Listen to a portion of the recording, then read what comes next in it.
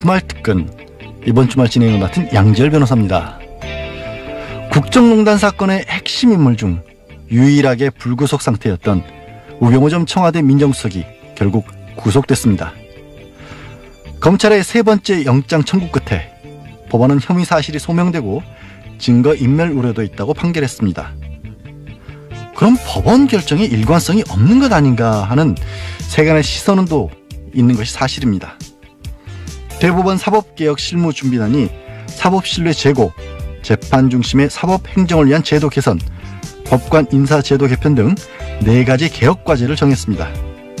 사법신뢰, 이제 더 이상 미룰 수 없는 과제가 됐습니다. 12월 16일 토요일 뉴스공장 주말 특근, 지금부터 함께 하시겠습니다. 네, 갑자기 제 목소리 듣고 당황하신 분들 계실 것도 같습니다. 다른 방송국 간 줄 알았는데 또 돌아왔네. 사연이 좀 있고요.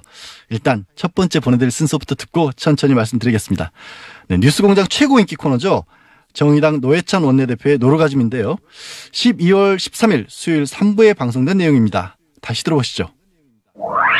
정의당 노회찬 원내대표 나오셨습니다. 안녕하십니까? 네, 안녕하십니까? 자, 자유한국당 이제 원내대표시니까, 예, 자유한국당 김성태 3선인데 원내대표가 당선됐습니다. 네. 논평 한마디 해주셔야죠. 같은 원내대표로서. 네. 제가 김성태 의원한테 당선되기 전에. 예. 제가 표는 없지만 마음으로 한 표 드리겠다고 이렇게 얘기를 했습니다. 네, 속에 없는 말을 하셨군요. 예. 예, 원래 이제 김성태 원내대표는 한국노총 출신이에요. 네, 오랫동안 이제 노동자를 대변해온 역할을 해왔는데 초심으로 돌아가기를 간절히 바라고요. 초심으로 돌아가기를. 그리고 또 원래 좀 정의파예요. 예. 예. 정의파인데 물론 이제 정의를 찾기 힘든 당이긴 하지만은 좀 이 정의의 편에 서서 문제를 풀도록 예. 기원합니다. 자, 일단 축하 말씀 해주셨고 실제로는 막 싸우겠죠. 예, 어느 것 하나 뭐랄까 같은 편에 설 일이 없을 것 같은 어떤 두 정당의 원내대표. 근데 이제 노동운동을 하셨기 때문에 네. 네. 그때도 좀 아셨습니까? 저는 굉장히 오래전부터 알았어요. 20년 전부터 알았어요. 그렇군요. 예. 네. 그래서 막 말하기 힘드시겠군요. 네, 뉴스 공장에서 배출한 3호 예, 대표입니다. 뉴스 공장이 고정 코너 하셨던 그러다가 대표 되셨던 분들 중에 끝이 좋은 분이 아직 없는데. 김성태 의원님 내일 나오실지 모르니까 그 얘기는 그때 하기라고. 지난주 이제 본격 불거지긴 했는데, 예. 지난주 수요일 코너 이후에 불거진 일이기 때문에, 네. 국민의당에서 이제 박주원 사태가 벌어졌어요. 예. 네네. 사실은 한 10년 전쯤의 일인데, 박주원 최고위원이, DJ 비자금 의혹을 이제 제기했던, 그건 좀 뭐랍니까. 벌금 맞았죠. 주승영 의원이 벌금을. 허위 사실이었다고. 예. 그렇게 판정이 났죠. 예. 결론이 났는데 그때 실제 자료를 준 사람이 국민의당 현재 최고위원이다. 그래서 사실은 국민의당 내부에서 난리가 났잖아요. 네. 이 사건의 효과를 두고 한쪽에서는 이제 통합 드라이브에 제동이 걸릴 것이다라고 해석하기도 하고 한쪽에서는 이제는 뭐 이렇게까지 됐으면 친한파의 속성이 저러하니 이제 사실상 호남계는 결별 기정사실화하는 거 아니겠냐. 이렇게 양쪽으로 해석이 갈리는데 어떻게 보십니까? 예, 일단은 주장들이 서로 엇갈리고는 있지만은 시간이 지나면서 주승영 의원 전 의원이 한 얘기가 예. 사실로 좀 확인되는. 최근의 인터뷰는 또 박주원 최고는 전혀 그런 적이 없다고 했다고 최근의 인터뷰는 설사 그런 말을 했다 하더라도 이렇게 바뀌었어요. 예, 그래서 여러 가지로 좀 주장이 흔들리고 있어요. 예. 사실관계가 흔들리고 있기 때문에 어느 게 사실인지는 거의 이제 짐작이 되고 있는 상황이라고 보여지고 그럼 그런 사람이 어떻게 최고위원을 애초에 어떻게 거기 들어갔는지부터 네. 이제 그런 게 이제 문제가 사실 제기되는 거고 좀 친한 진영의 어떤 신뢰성이라거나 이런 것들이 좀 흠집이 간 건 사실이죠. 인적 구성도 이거 치는 게 아니냐 뭐 이런 비판도 있고요. 예, 예. 네. 그래서 바른정당하고 합치려고 하는 거 아니냐 뭐 이런 얘기도 있긴 합니다만 어떻게 전망하십니까? 그래서 결국은 통합하겠다고 계속 갈 거다. 뭐 이 사태가 통합이든 또 그 반대든 결정적 영향을 주지는 않을 것이고요. 흠집 내기 정도는로 끝날 거는 같은데 제가 볼 때는 뭐 통합 드라이브는 계속 걸 것 같고요. 예. 결국에 사실 이번에 그 대표가 되면 지지율 오를 거라고 얘기했지만 지지율이 전혀 오르지 않고 떨어졌죠 오히려. 예, 뭐 광주 같은 데서도 오히려 정의당보다도 더 이렇게 뒤로 빠지는 자유한국당보다 더 떨어진 경우도 있습니다. 상황이 있죠. 예. 이제 그런 상황에서 지방선거를 돌파하지 못하면은 거의 막이 내려질 수 있다라고 이제 그런 위기감이 지금 국민의당 주류나 또는 바른당에도 그런 위기감이 있는 게 아니냐. 그렇다면은 그런 걸 돌파하기 위해서 이제 통합. 근데 통합이 여러 가지로 이제 그 통합을 하기 위해서 이뤄야 될 것들이 이제 많기 때문에 한 뭐 선거연대 정도까지는 갈 수 있지 않겠는가. 그리고 선거연대를 가게 되면은 서울이나 경기 또는 몇 개 지역에서 나름대로 이렇게 호각세를 갖다가 만들어낼 수도 있다고 보입니다. 통합까지는 안 갈 거라고 보십니까? 그러니까 지방선거 전에? 통합 갈 수도 있죠. 근데 통합을 간다는 얘기는 뭔가 하면은 이제 선거를 앞두고 그 들어올 만큼 나가는 쪽이 꽤 있을 수도 있다라고 보여지는 거죠. 지금 39석인데 39석인데 13석이 이제 비례대표고 26석이 지역구 의원인데 국민의당 같은 경우에 26석 중에서 호남이 23석이거든요. 네. 나머지가 3석밖에 안 돼요. 서울 경기 이렇게 해가지고 3석밖에 안 되기 때문에 그러면 이 23석의 다는 아니겠지만 상당 부분이 나갈 수 있죠. 나갈 수 있는데 그렇게 되면 굉장히 얻는 것이 더 클지 이런 것이 더 클지가 좀 애매한 상황이 되기 때문에. 근데 오히려 그렇게 나가주기 이렇게 떨어져 나가도 상관없다고 하는 쪽인 것 같아요. 이제 통합 드라이브 쪽은. 네, 통합하면 호남에서도 지지율이 오른다라고 주장하는데 그거는 온전한 통합일 경우에 그런 것이고 그렇게 나뉘어지게 되면 얘기가 좀 달라지는 것이죠. 그런데 이제 중장기적으로 볼 때는 그게 낫다고 판단한 것 같습니다. 통합을 주장하는. 지금 그걸 포기하더라도 통합해서 가는 방향 그게 이제 중도 보수 진영에서 전체 범보수를 갖다 아우르겠다라는 이제 그런 장기적 구상이 있는 것 같아요. 보수의 적자, 새로운 보수의 적자가 나타났다. 이 프레임으로 안철수 대표가 그 자리를 쓸 수 있겠다고 생각한 것 같습니다. 그래서 자유한국당에서도 떨어져 나가고 해가지고 그런 구상이 없다면 그냥 단순히 지방선거만을 위해서 이렇게 하는 건 말이 안 되니까요. 그렇죠. 지방선거는 그 시작일 따름인 거죠. 그래서 통합 드라이브는 계속 갈 것 같고 과연 합의 이혼을 하느냐 안 하느냐. 그건 저희가 박지원 가장 속사정을 박지원 대표에게 묻기로 하고요. 문재인 케어에 대해서 또 대한의사협회에서 집회를 가졌습니다. 이건 정의당 입장하고 또 정반대죠. 일단 문재인 케어의 핵심은 뭔가 하면은 이제 보장성을 갖다가 더 높이겠다는 겁니다. 그러니까 건강보험제도는 우리나라에서 실시되고 있는 이 복지제도 중에서 가장 효과가 있는 이 재분배 기능이 가장 이렇게 실현되고 있는 것으로 다들 인정하고 있는 제도입니다. 제도인데 비교적 잘 되고 있다 전 세계적으로. 그렇죠. 잘 되고 미국보다도 훨씬 나은 제도고요. 미국의 그 오바마 케어라고 있지 않습니까? 그걸 성사시키고 난 다음에 미셸 오바마 부인이 그 방송에 나와가지고 자기 남편 자랑을 한창 하다가 그래도 우리는 한국한테 멀었다 하면서 한국 제도에서 판타스틱 환상적이다 이렇게까지 얘기했던 부분인데 그러나 보장성이 한 63% 정도밖에 안 돼요. 이것도 유럽에 비하면 또 한참 처집니다. 그렇죠. 그래서 이걸 갖다가 장기적으로 한 80% 이번에 한 70%까지는 올리겠다라는 게 문재인 케어의 핵심인데 이것은 사실 의사들도 반대할 일은 아니에요. 다만 지금 의사들 입장에서는 뭔가 하면은 이 보장이 되고 있는 그 의료 수가가 자기들이 이제 너무 낮게 매겨져 있다는 불만이 있기 때문에 수입이 준다는 거죠, 한마디로. 그래서 수입을 갖다가 비급여 예. 의료보험이 적용되지 않는 종목에서 수입을 많이 올렸어요. 예. 근데 이거는 굉장히 부당한 거예요. 올리면서 이게 또 보면 수가가 예. 비급여 수가가 또 다 달라요. 예. 그리고 이걸 공개를 안 하고 있어요. 맞습니다. 이거 공개 안 하는 바람에 실손보험료를 갖다 또 많은 분들이 많이 내고 있는 거거든요. 예. 그래서 여러 가지 문제가 많기 때문에 비급여가 줄어드는 것은 정당한 일이에요. 예. 정당한 일인데 비급여 줄어들면 이른바 이 잡수입이 줄어든다는 식으로 그래서 그러려면은 급여 항목에서 적정 수가를 보장해 줘야 달라. 예, 예. 그 얘기고 그 얘기는 나름대로는 그 할 수 있는 요구라고 저는 생각이 됩니다. 그러니까 생존권 차원에서 주장할 수 있죠. 예, 그래서 어찌 보면은 문재인 케어가 실시되면서 의사들의 반발은 예상된 것이고 예.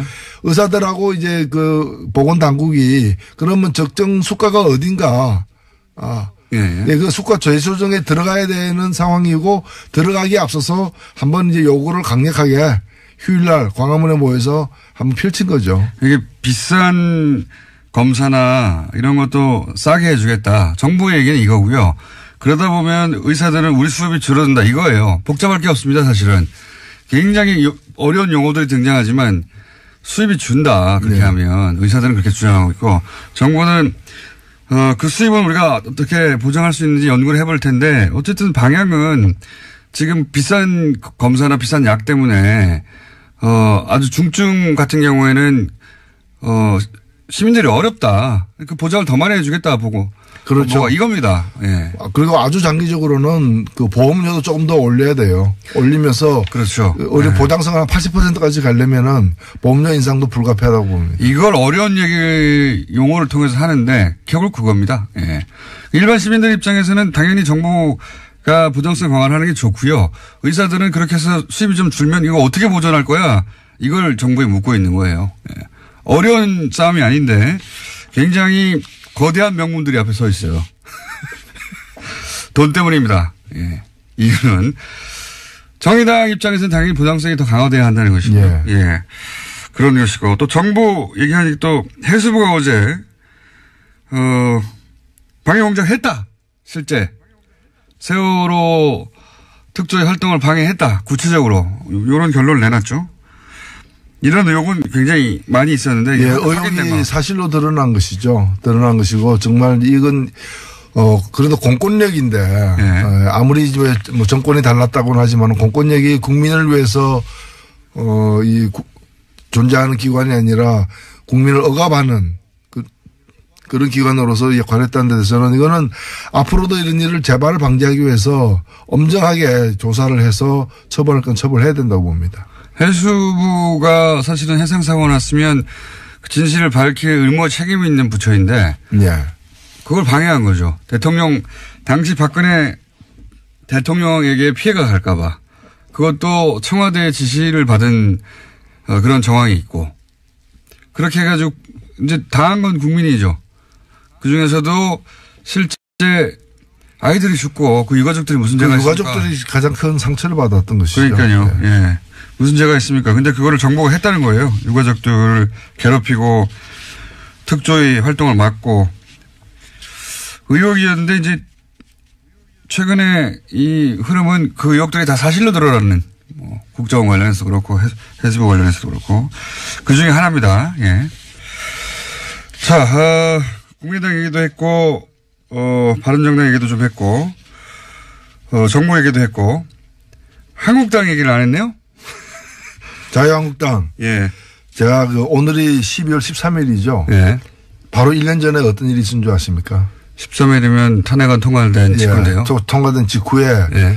지금은 바른당에 있다가 자유한국당으로 다시 복귀한 네. 김무성 의원이 예. 작년 딱 1년 전 오늘 뭐라고 얘기했는가 하면은 새누리당은 해체하고 재산은 굳고 환수해야 된다 이랬거든요. 예. 그리고 그 당산이 뭐니 다 재벌들 예. 쥐어짜서 받은 돈이니까 그거 다 국고 환수해야 된다고 그랬죠. 예. 예. 그래서 거기 그 당사로 다시 들어왔어요. 저는 1년이 지났지만은 예. 이 말은 정말 정확한 지적이었고 정당한 예. 문제 제기였다고 생각되고 지금 대한민국에 해체돼야 되는데 해체 안 되고 있는 조직이 2개가 있어요. 두 개가 있습니까? 예, 자유한국당하고 정경련.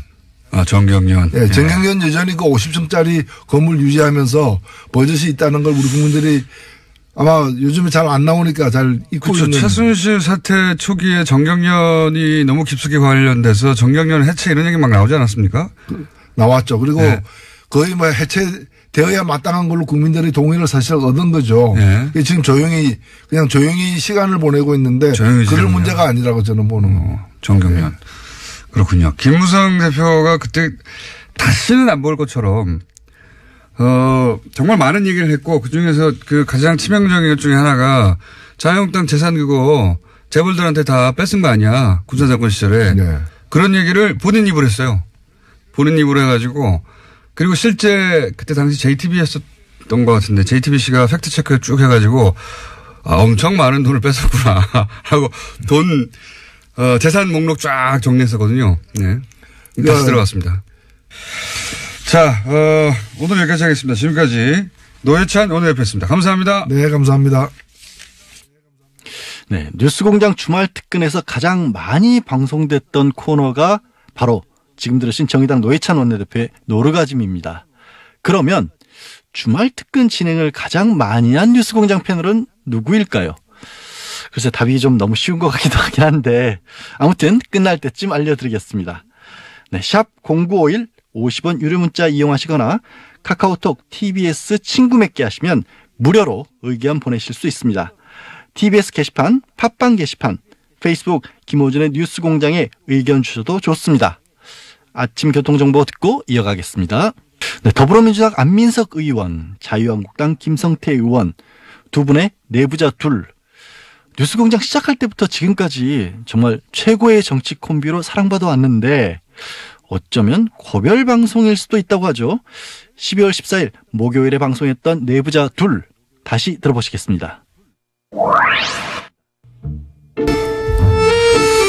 이제 마지막 시간인가요?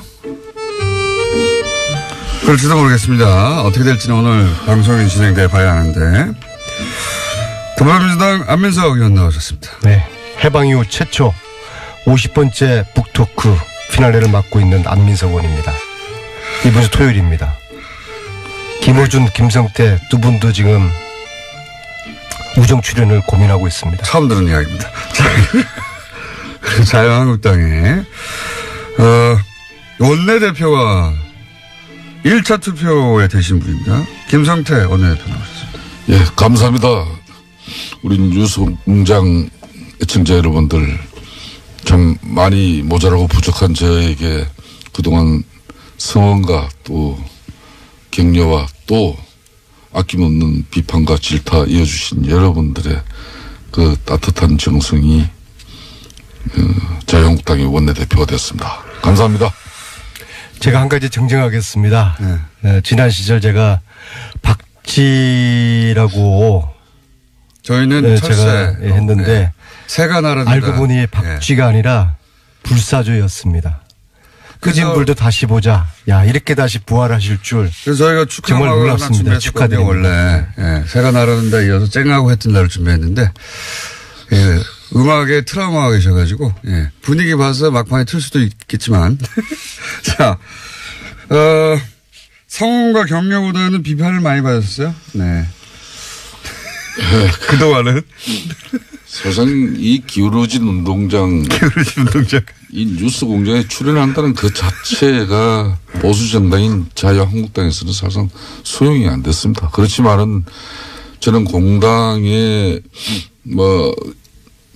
입장이 우리가 좋은 운동장만 찾아다니면 결코 이 기울어진 운동장은 회복할 수 없는 운동장이 되고 만다는 그런 일념으로 사실상 거의 1년 6개월 넘게 그 모진 탄압과 두 사람의 업무 속에서도 이렇게 꿋꿋하게 버티다 보니까 또 이런 기회가 온 것 같습니다.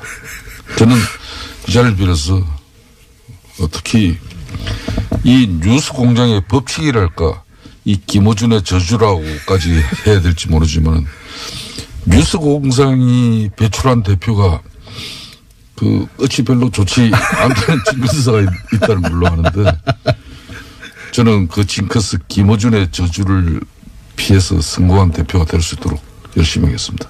네. 축하드리고요. 특히 웰빙 당이라고 알려진 한국당에서 중동 건설 현장 노동자 출신의 원내대표가 됐다는 것은 굉장히 의미 깊고요. 최순실 국정농단 진상조사위원장 때처럼 잘해주시길 바라겠습니다. 그런데 그러나 그렇죠. 첫 발을 헛발질을 하신 것 같아요. 문재인과 싸우겠다라고 일성을 하셨는데 저는 이 프레임이 굉장히 문제가 있고 걱정이 되는 프레임입니다. 문재인과 싸우는 투쟁의 프레임이 아니라 반성과 혁신의 프레임으로 갔어야 된다고 저는 봅니다. 국정농단 공범으로서 한국당 반성 더 필요하죠.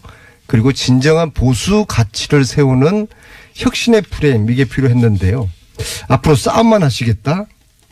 저는 좀 착각을 하는 것 같아요. 문재인 정부와 박근혜 정부를 비슷하게 놓고 보는 것 같아요. 우리가 과거에 MB와 박근혜 정부와 싸웠던 것은 그 나라를 말아먹었던 집권 세력에 대해서 저희들이 저항했던 것이고 문재인 대통령은 지금 70%대의 국민적 지지를 받고 있는데 그러면 이건 국민과 민심을 싸우는 것으로 저는 보고 있습니다. 싸움만 하겠다? 참 걱정되고요. 저는 오히려 적폐청산을 함께 해서 선의 경쟁을 했으면 좋겠습니다. 특히 최순실 재산몰수특별법에 김성태 의원님 혼자서만 설명하지 않았습니까? 한 번만 얘기하세요. 그거 좀 함께 추진하시자고 원내대표 되셨으니까. 예. 하시겠습니까? 저 협조해드리겠습니다. 아유 감사합니다. 김성태 의원님 그럼 다음 주부터는 못 나오시는 겁니까? 대표님? 제가 사실 원내대표 되더라도 예. 안민석 의원님 또 김원중 공장장과 이 700만 이 청취자가 있습니다. 이 끈을 놓지 않고 싶은 마음이 제 솔직한 심정이에요. 그렇지만 어제 제가 이 쭉 업무 파악하고 보고를 받아보니까 월요일부터 토요일까지 하루도 아침에 회의가 빠진 게 없더군요. 월요일하고 금요일은 홍수저 당대표가 주관하고 나머지 하수목은 또 제가 또 주관하는 아침 회의가. 근데 대표 되셨으니까. 그런데 이제 가끔 말이에요. 예. 행사가 캔슬된다든지 일정이 중단된다. 캔슬이 아니라 캔슬. 발음이 좀 안 좋습니다. 그래서 그런 때 또 필요하다고 두 분이 저를 한번 불러야 되겠다 그런 생각이 드시면 언제든지 연락 주십시오. 제가 이 방송이 1년 6개월 정도 됐는데요. 최근 몇 달 동안에 이 방송 내부자 둘의 방송이 청취율이 좀 떨어졌어요. 그래서 나도 이제 때가 됐나 보다 그만둬야 되겠다고 생각하고 그 시점을 김성태 의원님이 원내대표가 되면은 자동적으로 이게 마무리될 것이라고 했는데 아까 밖에서 김성태 의원님이 야 안 의원 앞으로 우리 보름에 한 번씩은 할까 그래도. 격주에 그렇게 저한테는 기속말로 살짝 하셨어요. 격주 한번. 예. 저는 그렇습니다. 시간 여건만 된다면은 안민석 의원님과 또 김어준 공장장이 패고 싶은 사람 뭐 있습니까? 솔직히 그래도 맷집 좋은 김성태라도 쭉 패야 또 여러분들이 또 이 방송 또 청취자들 또 시원하게 생각할 것이고. 오늘 이제 기분 좋은 날이고 축하드리는 날인데 제가 세 가지 좀 조언을 제가 세 가지 하나요? 네. 첫째는 얼른 해주세요. 제발 좀 적폐청산 이거 좀 방해하지 않으셨으면 좋겠습니다. 그리고 두 번째는 홍준표 사당화가 될 우려가 있다고 봅니다. 지금 이제 친박은 이번 원내대표 선거로 거의 소멸돼 가는 것 같고요. 친박 대신 그 자리에 홍박이 지금 들어서는 것 같습니다. 보십시오. 친박은 TK를 기반으로 했는데 이번 친박 대신 친홍은 PK예요. 김성태 의원님이 진주거든요. 그다음에 홍준표 대표가 합천이에요. 창녕. 네. 합천에서 태어나시고 창녕하고도 연구가 있고 그래서 요 진주 창녕 합천 요 근거지를 둔 두 분이 홍준표 사당화를 만들지 않을까 이걸 좀 막아주시고요. 세 번째로는 이거 정말 이거 제발입니다. 경남 함양 아닙니까? 저는 의령이고요. 제발입니다. 이거 세 번째가 굉장히 중요한데요. 김총수 자꾸 총수라고 그러네 공장장님. 이거 정말 제가 바랍니다. 발목당 이미지 벗어서야 됩니다. 그동안 이 개파에 이렇게 인식되어진 사람들도 저를 지지했어요. 그래서 앞으로는 좀 밝혀주십시오 한 번만. 그러니까 친박은 안고 갈 겁니까? 그러니까 제가 과거에 이야기들은 이제 답변을 드리겠습니다. 친박으로 분류됐던 분도 지지했다는 문재인 거죠. 정권의 그죠? 적폐청산. 대표님 대답 좀 해주세요. 그러니까 친박으로 분류됐던 분들도 대표님 지지했다 이번에 그런 거죠. 표는 이 선거 중에 제일 어려운 선거가 어른들 상대로 맞습니다. 예. 표를 받는 거예요. 그러니까 거의 뭐 심리 물길은 알아도 물길 속은 알아도 어른들 마음. 과거에 친박이었던 분이 대표님을 왜 지지했습니까? 대표님 보시기에. 생각을 해보시오. 116명 중에 네. 거기에 쉽게 말하면은 뭐 흔히 말하는 복당파들 해가 22명밖에 안 돼요. 그리고 우리 안민석 의원님이 우려되는 게 이제 친홍이라 그러는데 홍준표 당대표는 영원한 독구다입니다. 그 사람은 옆에 흔히 말하는 계보나 조직을 둘 수가 없는 성품이에요. 오직 하면은 국회 원내대표 당대표까지 다 한 사람이 경남도지사를 하고 진주 어려운 사건 아시죠? 진주 어려운 문제로 가지고 사실상 우리 당에서 출당의 위기까지 갔었습니다. 그러니까 그런데도 당시 홍준표 의원을 대변하고 옹호한 사람이 한 명도 없었어요.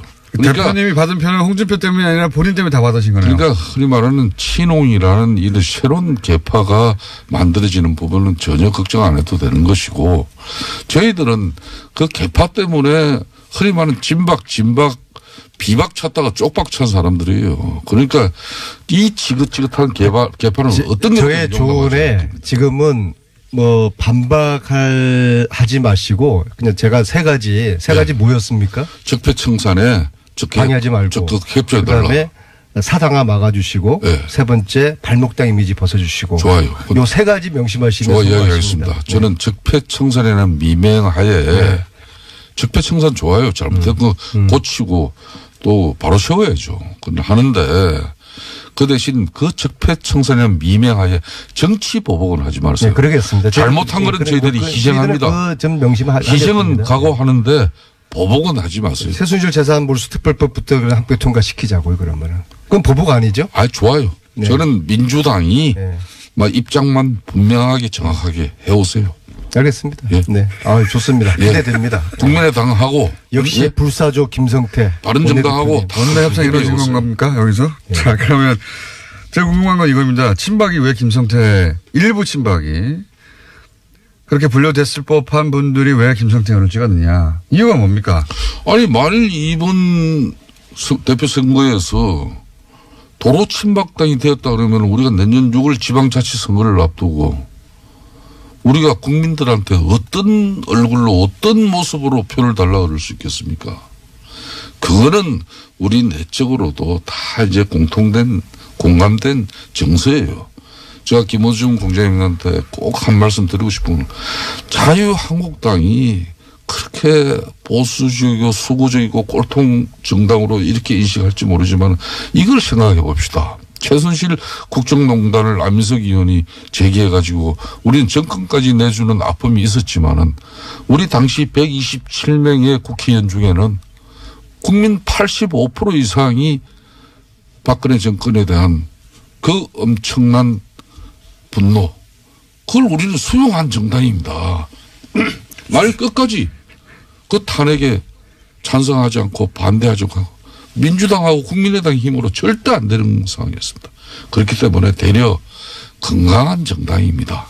그러니까 탄핵에 찬성한 분도 있고 반대한 분도 있고 또 집 나갔다가 가출했던 사람도 있고 또 집을 지켰던 사람도 있고 이 사람들이 이제 다 용광로에 다 녹아서 하나가 돼서 이제 문재인 또 정권 이 포퓰리즘 정책이나 또 일방 통행식 국정 운영이 있다 그러면 이걸 야당이 좋아하고 지지하는 정책은 무조건 비판하고 바로 잡아야죠. 그렇게 남 잘 되는 거를 그렇게 매도하지 마시고요. 근데 지금 저 말씀 속에 앞으로 정당 구조의 변화를 전망할 수가 있어요.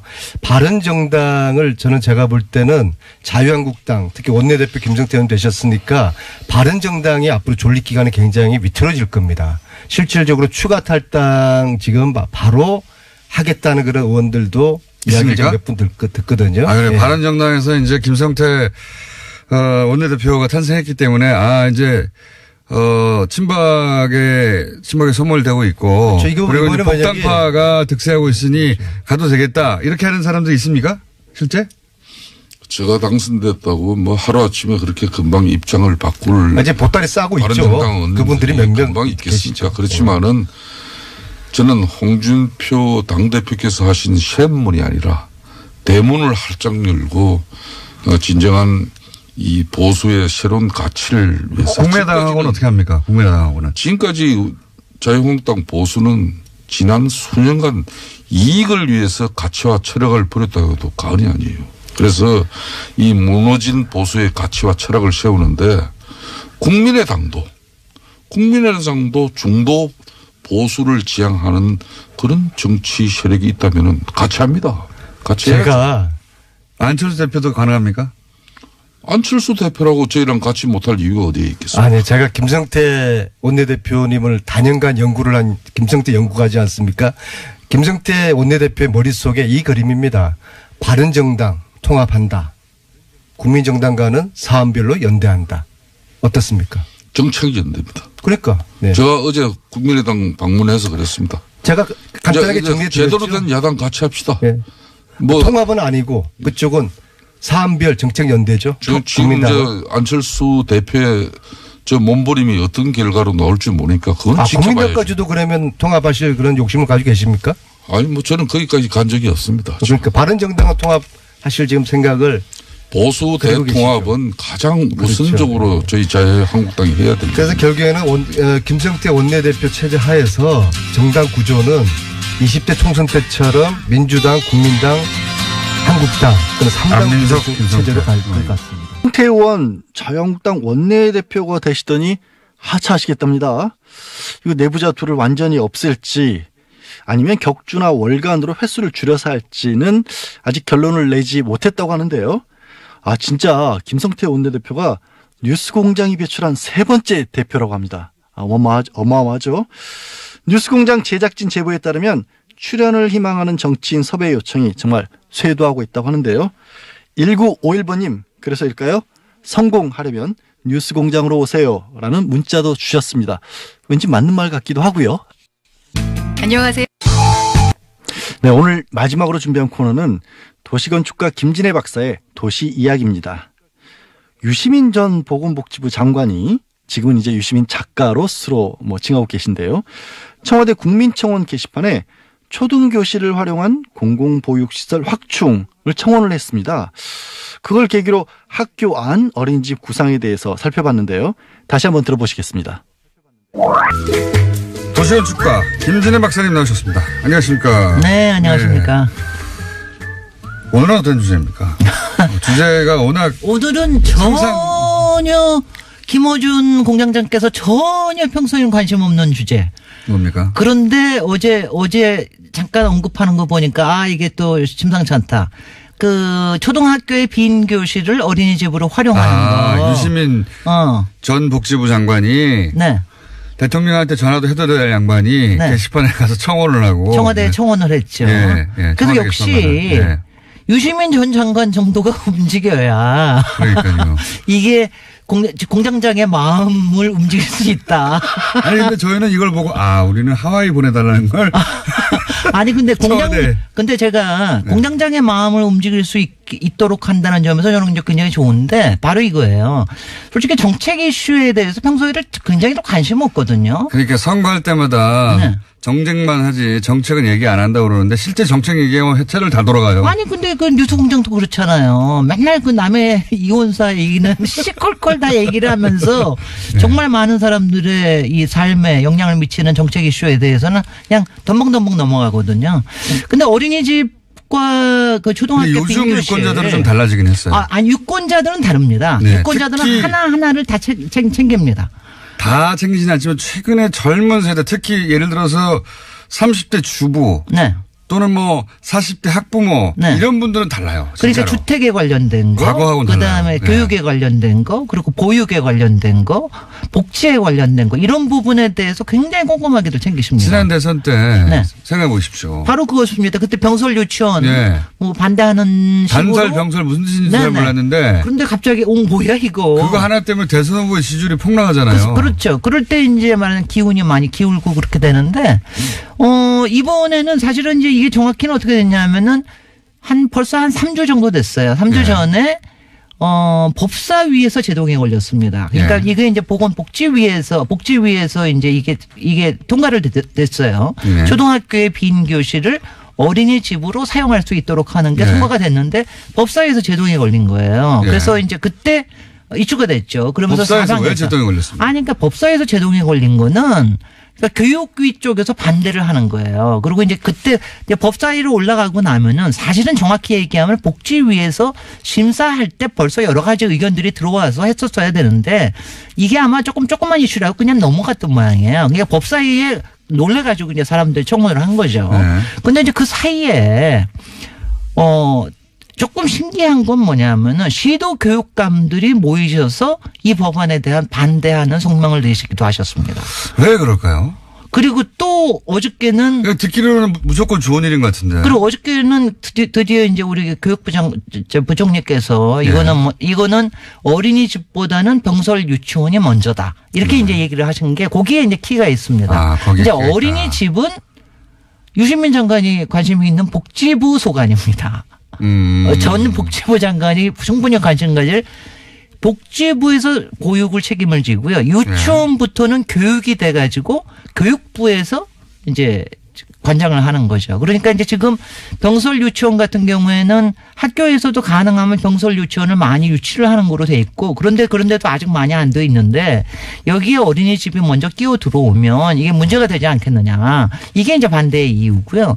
그다음에 이제 복지부하고 교육부 사이의 견해 차이입니까? 견해 차이라기보다는 주도권 차이입니까? 주도권 그러니까 문제가? 남의 터프를 건드리지 마라 이거죠. 여기는 우리 동네야. 이거는 네. 왜냐하면 지금 현재도 초등학교 빈 교실을 이용해서 어린이집을 하고 있는 데가 있습니다. 네. 이거는 이제 뭐 교장의 자율권이나 이런 거 가지고 또 지자체에서 굉장히 관심이 있고 그러면 이걸 하는 경우가 있어요. 문제는 왜 보육 쪽에서 이걸 문제를 삼느냐 하면은 이게 처음에는 그래도 좀 잘 될 줄 알았는데 전국에 한 37개가 있다가 지금 줄어들었어요. 22개 오히려. 정도로. 네. 근데 잘 하고 있는 데는 굉장히 만족도가 높습니다. 생각을 해보십시오. 같은 시설도 제대로 할 수 있고 그리고 여러 가지 보조도 있고 그다음에 이제 애 둘 있는 요새 애 둘 낳으라고 난리인데 어린애 맡기고 큰애는 학교 갔다 오면 같이 데리고 오고 부모 학교는 입장에서는 너무 좋죠. 기본적으로 놀이터도 있고 운동장도 있고 다 있으니까요. 다 있으니까 좋은 네, 거죠. 넓고 게다가. 네네.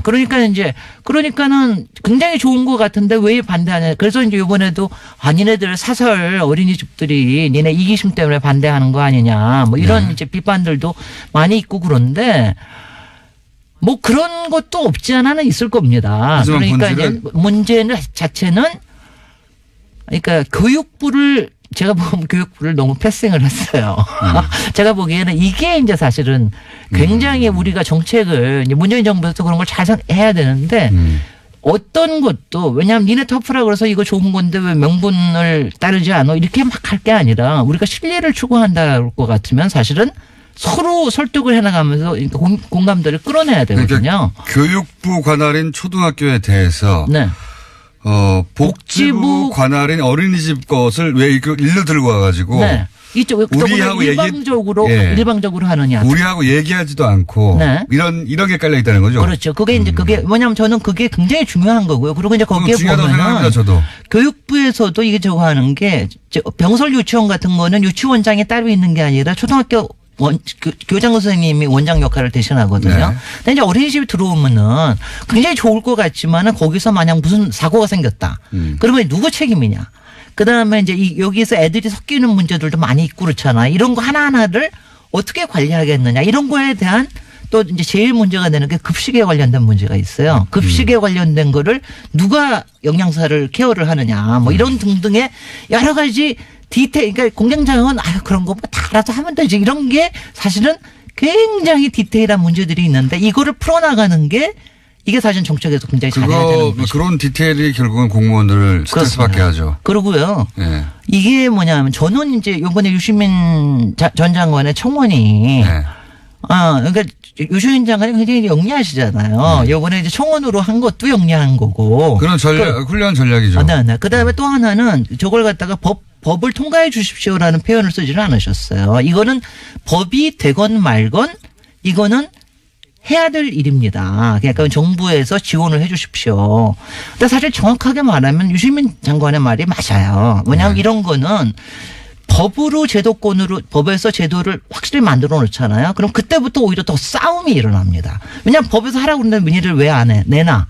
뭐 저기 돈 내놔. 뭐 이런 식으로 되는데 이거를 오히려 여러 가지 인센티브를 줘가면서 하면은 오히려 현장에서 잘 정착이 되게 할 수가 있거든요. 그 저는 어떤 점에서는 제가 이제 아까 얘기한 대로 37개에서 22개를 줄어든 이 중간 사연에는 분명히 문제도 있다는 게 존재를 하거든요. 그러니까 이제 이 부분을 좀 저는 어느 만큼은 좀 기간을 가지고 좀 해보는 게 상당히 필요하다는 생각이 들고요. 그러니까 교육부도 싫어하고 학교의 예를 들어 초등학교 교사분들도 싫어할 수도 있고요. 생각해 보면. 그리고 그 동네의 사설 교육시설도 싫어할 수 있고 싫어하는 사람들이 있어요. 네, 있습니다. 교육부 입장에서도 야 이거 우리가 관할인데 여기서 훅 들어와가지고 우리하고 논의도 없이 이것도 싫어할 수 있고요. 그러니까 필요하고 그게 옳은 방향인데 이걸 절차적으로 해결하는 게 사실 정부 실력이죠. 그렇습니다. 이게 실력이에요. 그리고 이거는 실력뿐이 아니라 이런 거는 맵시 있게 해야 돼요. 정말 맞습니다. 맵시 있게. 예. 왜냐하면 잘 다독여가면서. 그리고 이제 우리가 전반적으로 제가 이제 특히 솔직히 학교 시설에 대해서는요. 국토부나 솔직히 우리 건축 쪽에서도 하나도 관여를 못 합니다. 아, 그래요? 근데 거의 그러니까 뭐 실무로 가서 디자인을 하거나 할 때는 관여하지만 정책적으로는 거의 교육부에서 다 알아서 하고 그러거든요. 시설 기준이라든가 복지부는 복지부에서 알아서 하고 그러는데 저는 이게 이제 우리의 사실 이게 우리가 한정된 자원을 잘 이용하는 게 중요하잖아요. 근데 우리가 전반적으로 지금 인구 구성 변화나 경제 구조 변화나 사회 변화를 봤을 때 앞으로 우리 공간들이 자꾸 이렇게 복합화되는 게 필요한 추세에 있거든요, 사실은. 주상복합 나온 지는 오래됐어요. 주상복합 같은 거는 돈벌이 때문에 나온 거고 이제는 사용에 의해서 하는 거. 특히 이제 공공청사 우리 같은 경우에는 공공청사를 너무 좋아하잖아요. 따로 딱 가지고 있는 거. 자, 그러면은 저희가 3분밖에 안 남았기 때문에. 3분이면 길지 뭐. 그렇죠. 3분이면. 그런데 저는 지금 너무 하나도 좋은 게 김호준 공장장이 이거에 대해서 굉장히 관심을 가지게 되는 게 저는 너무 좋아요. 그게 유시민 장관의 굉장히 공이기도 합니다. 그리고 유시민 장관이 안 했으면 하루 만에 청원이 3만 명을 돌파하는 건 있을 수 없죠. 그럴 리가 없죠. 지금 한 5만 명 됐을 겁니다. 그래서 그런 부분에서 그리고 사실은 이제 어떻게 해야 됩니까? 그래서. 아니, 왜냐면 이렇게 그렇지 말라고 도대체. 원래 어떻게 박사님의 해법. 저기 하는 게. 그러니까 이거는 단중 장기 전략으로 다 가야 되는데 유시민 장관이 얘기하신 단기적으로 어떤 여러 가지를 해보는 건 당연히 해야 될 일이고요. 그다음에 저는 솔직히 법적 제도적으로 너무 성급하게 하는 거는 하지 않았으면 좋겠다는 생각이 듭니다. 왜냐하면 제가 오히려 법으로 해놓고 나면은 될 일도 안 되는 경우가 참 많아요. 여러 가지 거부감이라는 것 때문에. 그래서 그렇게 하고요. 그다음에 이 차제에 저는 제가 평소에 굉장히 많이 주장하는 게 공공에서 가지고 있는 공간 자산을 지금 식으로 이렇게 나눠주는 식으로 해서는 곤란하다. 어떻게 해야 됩니까? 조금 복합적으로 이용할 수 있게. 구체적 예를 들어주세요. 아니, 왜냐하면 제가 이제 이게 왜냐하면 그냥 핀란드라든가 이런 데서는요. 그 공간을 청사를 각기 부처에서 가지고 있는 게 아니라 그거를 관리하는 기관이 따로 있습니다. 그래서 거기서 뭐 디자인도 하고 예를 들어 정부 청사를 내가 이건 행자부니까 행자부과야 이런 게 아니라 그걸 따로 가지고 있는 게 있어요. 그래서 그 건물을 멋있게 디자인하고 또 재분배하고 하는 거는 또 다른 데 산다는 거죠? 네네. 그리고 그거를 사용을 어떻게 하고 리모델링을 하고 가령 에너지 보존을 어떻게 하고 근데 제가 이 부분에 대해서 제가 사실은 차별정부 때부터 이게 필요하다라고 굉장히 주장을 했던 사람인데 이번 기회에 사실은 이런 부분을 좀 관심 있게 가죠. 그래서 제가 유시민 청원에 의해서 내가 그 릴레이 청원을 한번 해볼까 뭐 이런 생각도 하고 있습니다. 확전은 안 될 거예요. 확전은 안 될. 왜냐하면 제가 얘기하는 건 너무나 제도적인 거라서 이런 건 안 될 텐데. 공공시설을 그 부처에 맡기지 말고 공공시설 활용할 수 있는 어떤 부처를 따로 두자. 부처라고 얘기를 하지 마. 기관에서. 김진애 박사님이었습니다. 안녕. 안녕.